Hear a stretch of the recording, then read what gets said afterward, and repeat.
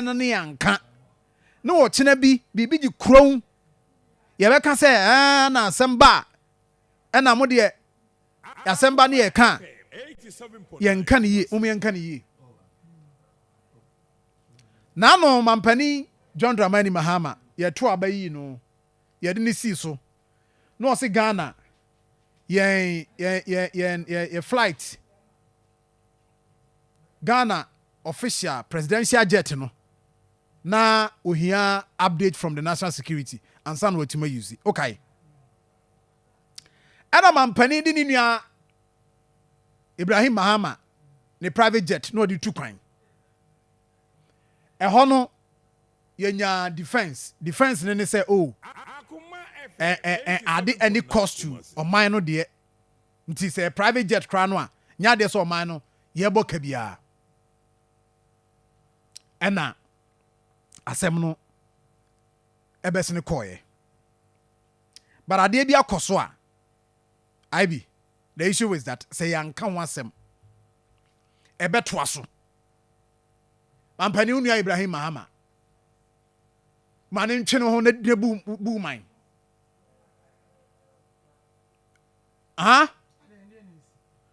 mane ntwe no ho na bu man sɛ ɔwɔ ne sika no ɔso de bɛboa wa ebi a wo de wo mampani wo bosome so a wonya katua because wo nua sika na ade ubedi a ɛno kra sei nso no Ghana fo betima aka ho asɛm because anhwɛ yi nua na ma sika no na afi ama ne contract bi a wo de tene ɛno na ya na ma ne you know they say the kenoforiata ɔse wonya katua na wonim sɛ na nya kenoforiata nkwa na nya katua but ɔno de na no ɔka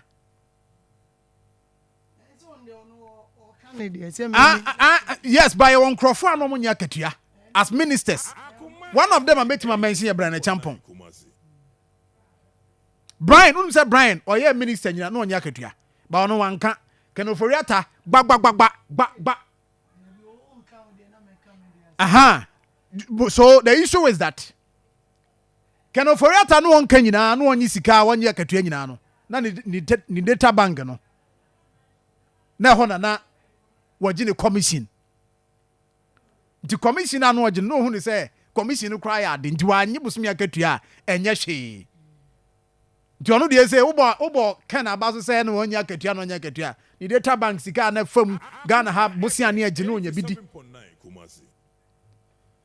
and a similar thing was a catcher mampani John Mahama unuano yes wa can say munyina no voter region ho ɛhɔ na mu free ɛhɔ na mu ma me free nti munyina mu kɔ in fact no cry donation of 100,000 Ghana cedis that the boy affected people am wo ho no but to the point mampani unua na drive wo de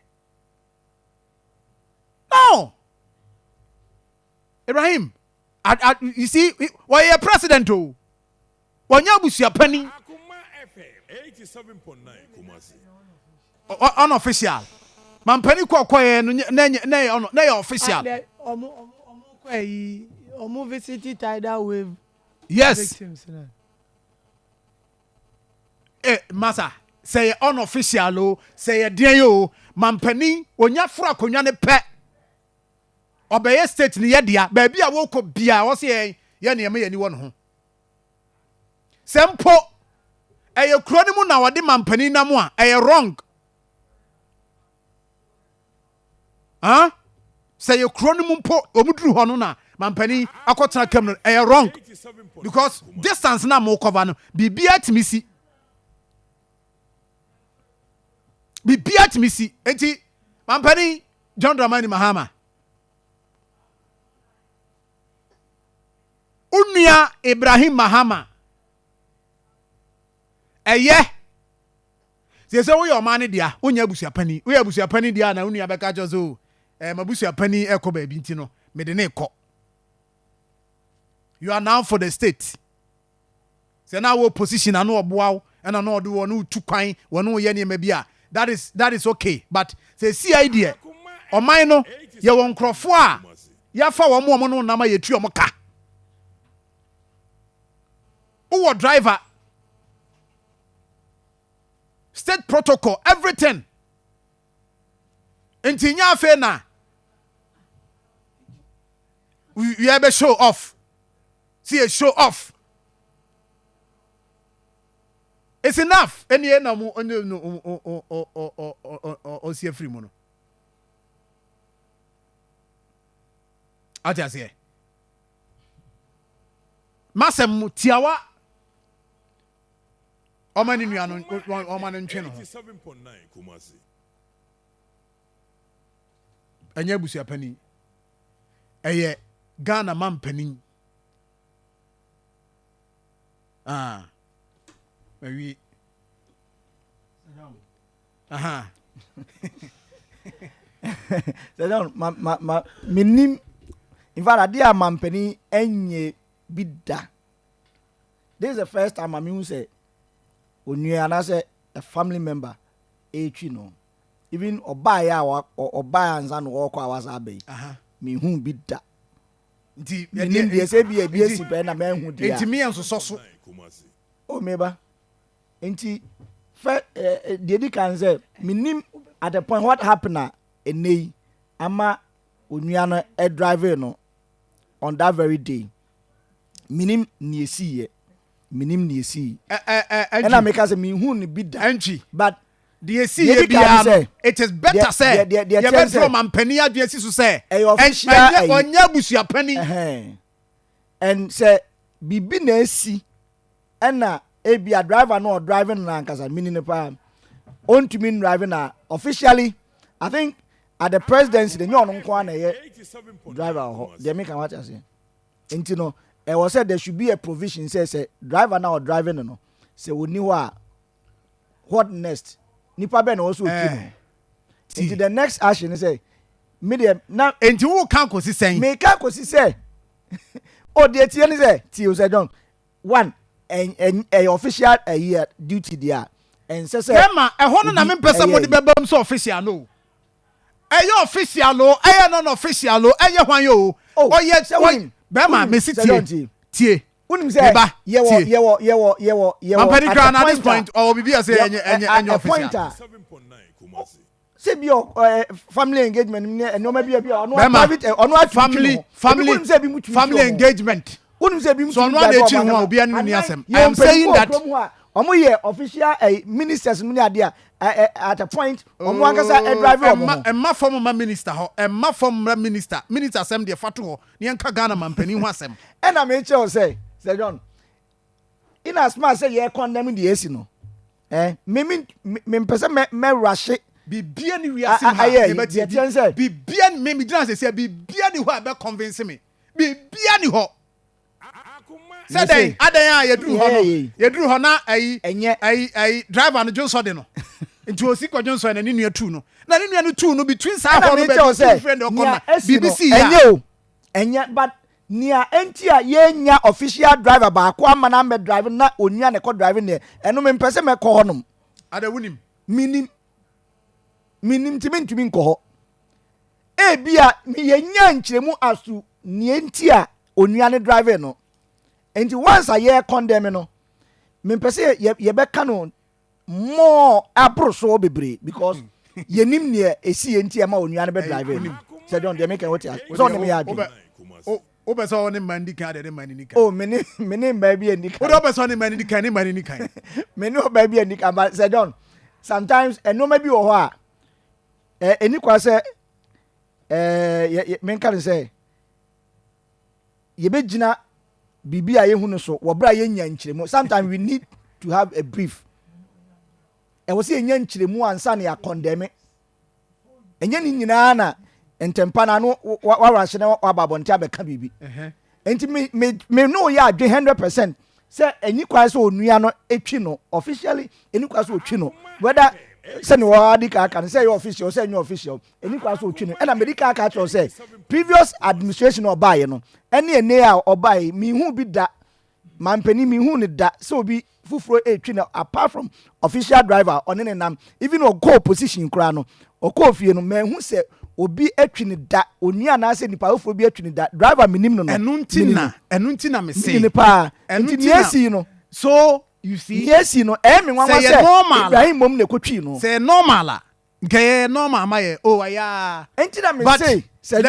let us draw the attention to so why Ghana man pani wonya abusua pani onye abusua pani we oman na afa na adwuma oman na afa na adwuma enti so any driver for di e kate course on kan me pese me come out as say ni enti me pese me se na ka ne bebre ni say ye nya brief as to what happened enti e was say onua no e drive no so that say enti enoma ni bi wo a ne me kan metiefo ne mba ya adwen metiefo a omuti a no pay ebinim mba ya adwen make a what I say on what basis then I would so minya detail minya information from presidency minya information bia from presidency intimi ntumi nyina so nka say the NTIC no and I said ni esi ya Ibrahim driving ni nua no so bad to the sense say ni esi no yem fa ne kwambo ne so they make a what I say enti say don me there baby am make esi no mean to mean condemning it totally. Say, they make a what I say. Say, many briefer, say, many briefer no pay. Briefing out panel. And you make me just so I can say, wait. Me, I'm a dear way. I right no. What dear Coco Pebra, Martin, Nemum. You see, no crown, no cram, no crummy and canoe cray. Mummy and canoe cray. Or man asset. Or manager senka or manager o foriata ana gabi ne kotwi na adwa kebeka I be mamintio whether Gabi or Ibrahim me say me I will need a brief and send me to me condemn act you because medical in say mampani ba ya obesumo ko en manhu da se busuani bi atwi no manhu da drive wode ne ba mu bra no ye a vice president up to now am who sa driver no no na na ya ko opposition asade ne ba mu na do driver or na be MP no so contest or win one win oh mun check him one win oh okay I me da say I be brem na ene nyasem kit was say John I disagree with you on this one even if his brother doesn't drive him and there's any contract as you said he can still give it to him. The president has not done anything wrong by accepting assistance from the brother or any other person. This has nothing to do with the state coffers being spent. I know me sure say private jet now working. Let's watch the president for a while. There is no harm on this one. Some presidents were killed by their own bodyguards. He trusts his brother. And he say no, omenya we say ne driver ne brother na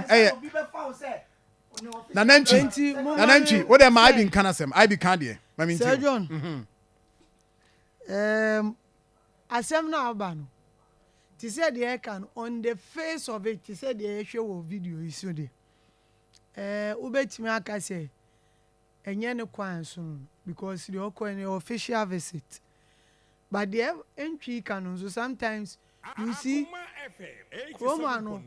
we are too quick to conclude on certain things and how to judge.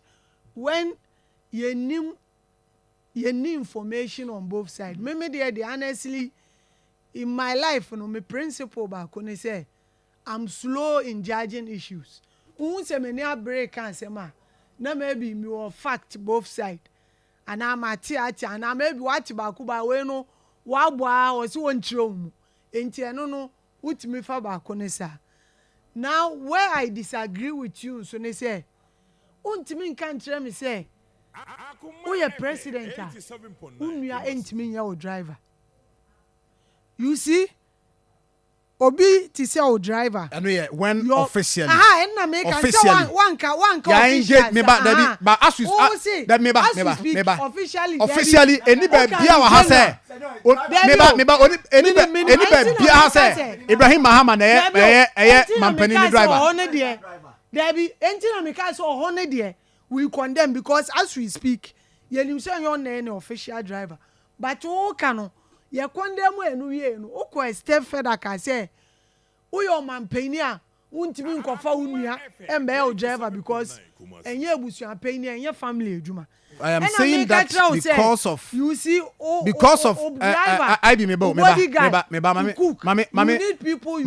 nkawe mami nkawe se oman no yagitum tio so oman no yagitum se mampani a make case ne brother na say driver na o drive o mampani no obeka kire oman ni na say o we na me fa no maye na yagitum ansa na o fa na but we should know.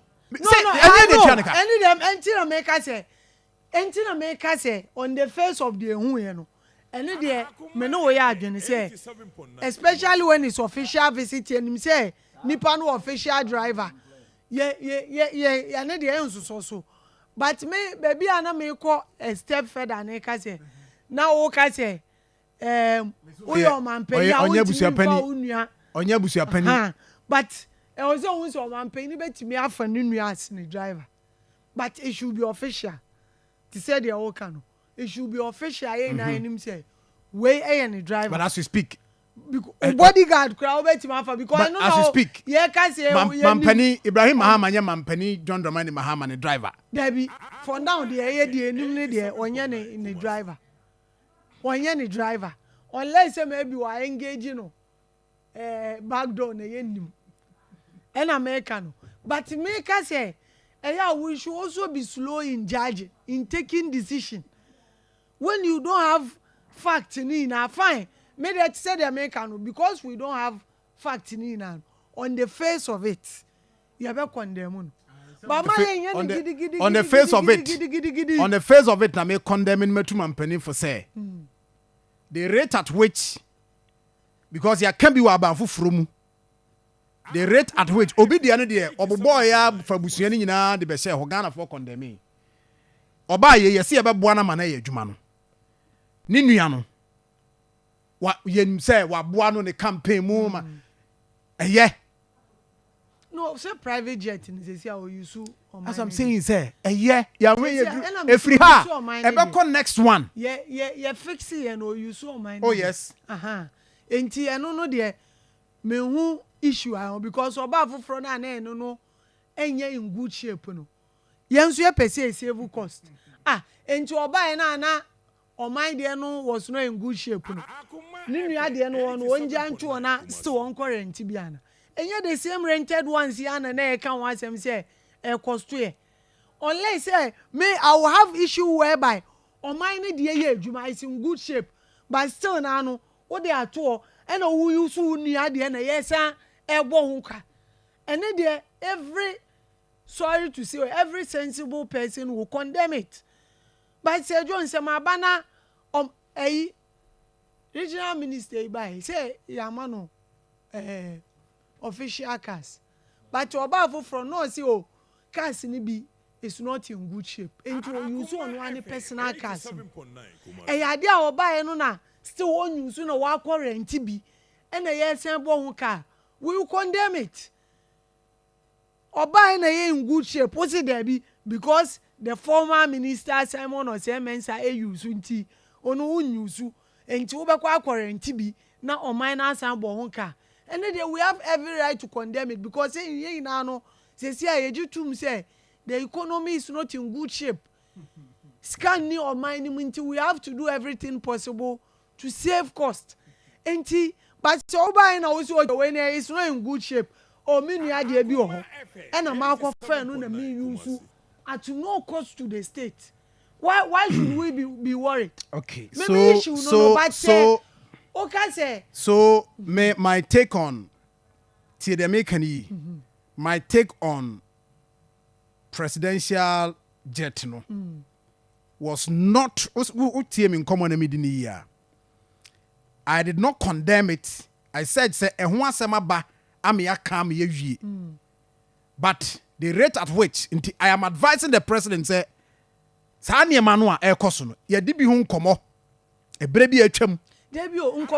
the advice here is that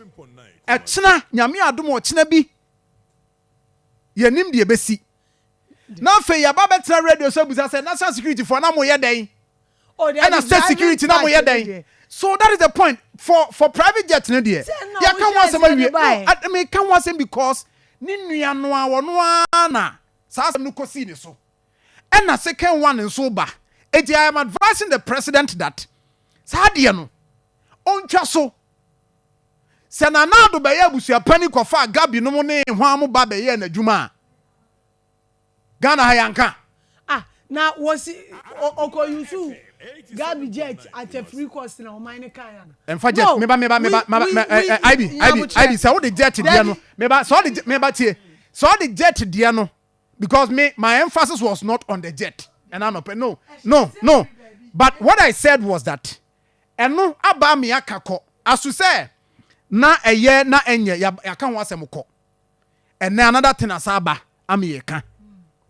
Me advising is say more manu nye san so sa because onye busua pani oye Ghana dia. And that is my take. Oka say na me ka say oka say driving now or driving no ko no. Onya adwena ene de na me that's what I'm saying. But money yan to so no ene na me hu exactly what do you mean because ene na me ka say o shall say from jet. And I would ba ho jet na asem no me sure say issue eba ho. Oh, issue ba ho. Issue no ne de. Issue ba ho say by MPC raising issue. No, people will definitely talk when who say me the any say. As you say national security sanction say yes we can go this way. Issue ba ho parliament omu raise issues. Omu e omadwen obi a che na dwen. But I am saying this morning that mampani say no. Say wunua etu kai. Oh, and asem si ya nkoma wei. Ye nyina ye tiri so. Oh, ene de. Ye nyina nke tiri so. Ende. Ke ho ne mebusa say na you the driver wey. Ba say say. So that's why I'm saying say president. Sa ne ma no. He say we ye Ghana dia nya busua dia. Enti no say state no. Ezi aye kasa mampani ni driver mpacho. Say o position no no adetua ne ka. Ano gram say state na netua. State na netua. O ko position state na netua. Omo ye nnuane womo a cooks ni we nyina na etua. So I'm saying that se waba na so na ye etua. E wo se ye sure as to the all driving no BBC a e wo se hu de ntia. And I'm not too sure say mampani meba bibia sikra na enye ne brother no so two car e de ne nante. But say unim say mampani no no e de no na e determine who supposed to drive him. But Ghana for e also concern. Una wutua but ono na e che nipa or who drive nti e betumi aba say de eken on court de eken e betumi aba say nipa emprempre aye ka say driver de ade ye mfa ne sa o yade a who is going to drive the president nti ono na be kire say me gini di nti mo ni ntwi me enya ade e be ka say say o de mfa ne say the so called driver no yare emprempre aye ka say nti ono na be kire nipa obetwi no. Na una wo kire no de obema na drive no. Media mampani. Oh, it's good. Advice is perfect. It's good. Perfect. But matunufo. Matunufo. Matunufo. Media mampani. Say so good. But the main person what he has said is any ATF for no be person he has said.